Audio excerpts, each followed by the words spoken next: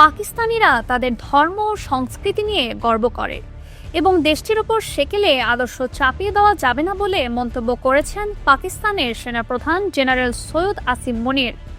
পাকিস্তানের বিভিন্ন বিশ্ববিদ্যালয়ের শিক্ষার্থীদের সঙ্গে আলাপকালে দেশটির সেনাপ্রধান এসব কথা বলেন। রোববার এক প্রতিবেদনে এ খবর জানিয়েছে সংবাদ মাধ্যম এক্সপ্রেস ট্রিবিউন।